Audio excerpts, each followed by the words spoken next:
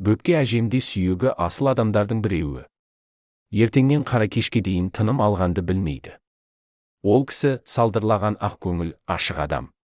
Көктем шығысымен Қағазбай мен Зәуре үй көрмейді. Осыдан 7 шақырым жердегі ұшқа, егінжайға кетеді.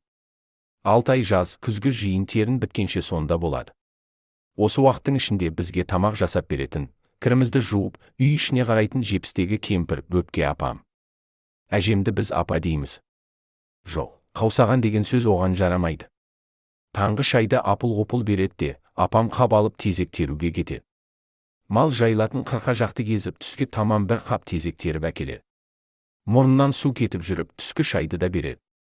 Сосын төменгі жазықтан бір арқа қурай немесе ши орып әкелуге кетеді. Өріспен мал қайтатын кешкі мезгіл. Апам әлі жоқ.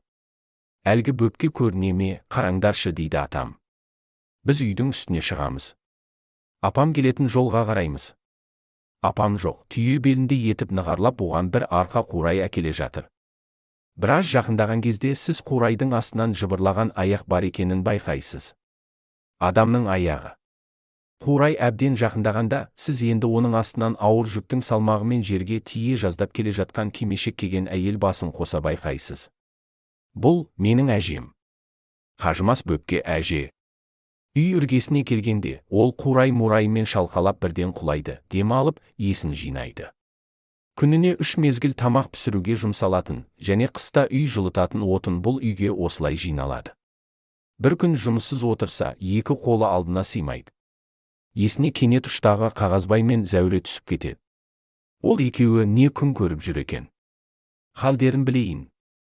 Шайларына қататын қаймақ апарып берейін. Әнеугүні барғанда Қағазбай тісімдеп жүреді.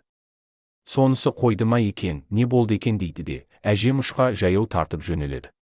Кешке мал келгенше кеп қалармын дейді. Ары 7, бері 7 шақырым жаяу жүріп қайту оған түкте емес. Мен апамның ойбай, ауырдым деген сөзін өмірі естіген емеспін. Өле-өлгенше аузынан дәрі салғанын да көрген емеспін. Күтіну, демалу дегенді марқұм білмейтін еді.